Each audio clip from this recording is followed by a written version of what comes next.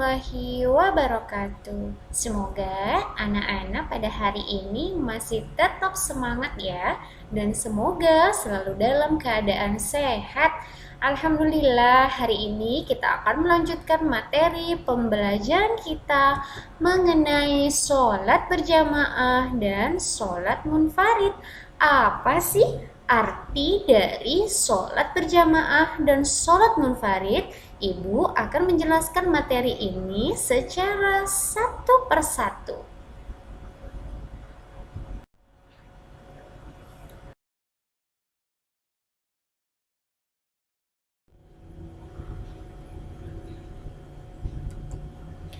Adapun pengertian sholat berjamaah dan munfarid, yaitu sholat berjamaah adalah sholat yang dilakukan bersama-sama oleh dua orang atau lebih, salah seorang di antaranya menjadi imam sedangkan yang lain menjadi makmum.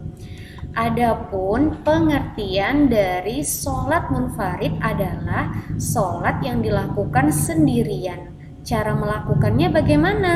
Sebagaimana diatur dalam ketentuan sholat yang harus memenuhi syarat-syarat rukunnya sholat. Materi selanjutnya mengenai ketentuan sholat berjamaah. Di dalam sholat berjamaah tentu saja memiliki ketentuan-ketentuan. Hukum sholat berjamaah menurut sebahagian besar ulama adalah sunnah muakkad. Apa anak-anak? Iya benar, sunnah muakkad, yakni sunnah yang istimewa atau sunnah yang sangat dianjurkan. Tahukah anak-anak bahwa pahala di dalam sholat berjamaah ini sangatlah dilipat gandakan sampai 27 kali pahala sholat sendiri. Nabi Muhammad SAW bersabda yang bunyinya dari Ibnu Umar, Rasulullah SAW bersabda, kebaikan sholat berjamaah melebihi sholat sendirian 27 derajat. Hadis riwayat Bukhari dan Muslim. Pun anak-anak yang harus anak-anak pahami dan mengerti, yaitu mengenai syarat menjadi imam dan makmum. Adapun beberapa syarat untuk menjadi seorang imam, yang pertama adalah laki-laki, yang kedua pandai membaca Al-Quran, ketiga mengerti tentang sholat, keempat berada di depan, kelima berniat sebagai imam. Itulah beberapa syarat untuk menjadi seorang imam. Selanjutnya, untuk seorang makmum juga memiliki syarat-syarat tertentu, yaitu adapun syarat menjadi seorang makmum, yang pertama mengikuti imam, yang kedua berada di belakang imam, yang ketiga berniat sebagai makmum. Inilah anak-anak beberapa syarat menjadi seorang imam dan syarat menjadi makmum. Ini berartikan yaitu orang yang mengikuti imam. Makmum terbagi dua. Yang pertama makmum mufakik, yang kedua makmum masbuk. Apa sih itu arti dari makmum muwafiq? Yaitu mengikuti imam sejak awal. Sedangkan makmum masbuk artinya yang mengikuti imam dari pertengahan. Pun halangan-halangan di dalam sholat berjamaah. Yang pertama,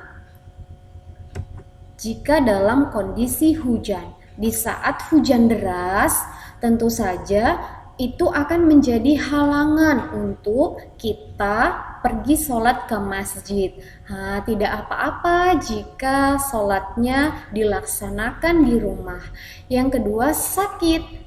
Tidak Tentu saja ketika seseorang sakit, seorang muslim sakit, diharapkan untuk tetap menjalankan ibadah yang wajib ini, yaitu ibadah sholat. Dalam keadaan sakit pun bisa sholat dalam duduk ataupun berbaring. Selanjutnya, lapar dan haus sedang makanan telah bersedia. Sebenarnya mengutamakan sholat ini sangatlah baik, tapi kan Allah memberikan keringanan. Sholat tidak hanya dalam 1 jam saja. Jika dalam keadaan lapar dan haus, maka silahkanlah makan terlebih dahulu, lalu bisa melaksanakan sholat. Begitulah ketiga halangan di dalam sholat berjamaah. Selanjutnya mengenai saf. Anak-anak tahu tidak apa itu arti saf? Ini di sini Ibu guru akan menjelaskan. Saf adalah barisan dalam sholat berjamaah. Apa anak-anak? Iya benar, saf adalah barisan dalam sholat berjamaah. Adapun anak-anak perlu ketahui dan pahami bahwa di dalam saf ini terdapat urutan-urutannya. Yang pertama, laki-laki dewasa paling terdepan. Barisan setelah habisnya laki-laki dewasa dilanjutkan anak-anak laki-laki. Selanjutnya di saf paling terbelakang yang terpisah mengikutilah wanita dewasa. Di belakang wanita dewasa ada anak-anak perempuan. Begitulah keempat urutan di dalam saf. Mengenai hikmah sholat berjamaah. Tentu saja di dalam sholat berjamaah ini terdapat beberapa hikmah. Yang pertama, melaksanakan sunnah Rasul. Yang kedua, wujud persaudaraan dalam Islam. Dan yang ketiga, simbol kebersamaan dalam Islam. Yang bagaimana? Yang meniadakan perbedaan suku, ras, dan ekonomi.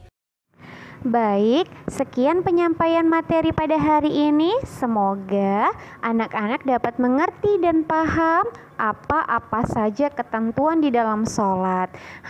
Jangan lupa materinya dicatat atau disalin kembali ke buku sehingga anak-anak bisa paham dan lebih mengerti. Akhir kata, wassalamualaikum warahmatullahi wabarakatuh.